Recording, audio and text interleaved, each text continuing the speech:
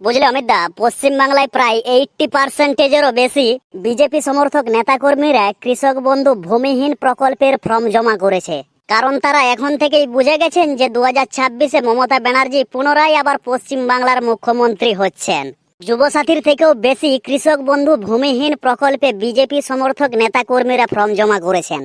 কারণ তারা জানে যে এই প্রকল্প ছাড়া আমাদের গতি নাই। কারণ 2026-এ পশ্চিম বাংলায় মমতা ব্যানার্জি আবারও যদি মুখ্যমন্ত্রী রূপে আসেন, তাহলে তাদের ঘরবাড়ি তো দূরের কথা, কোথায় যে লুকাবে সেই জায়গাটুকুও খুঁজে পাবে না।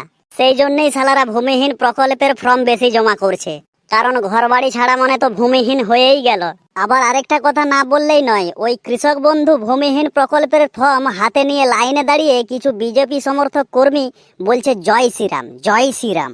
আর ওদের ঠিক পাশেই ছিল শালা আমাদের ফেলু জেঠু। এবার দেখে যা মজা।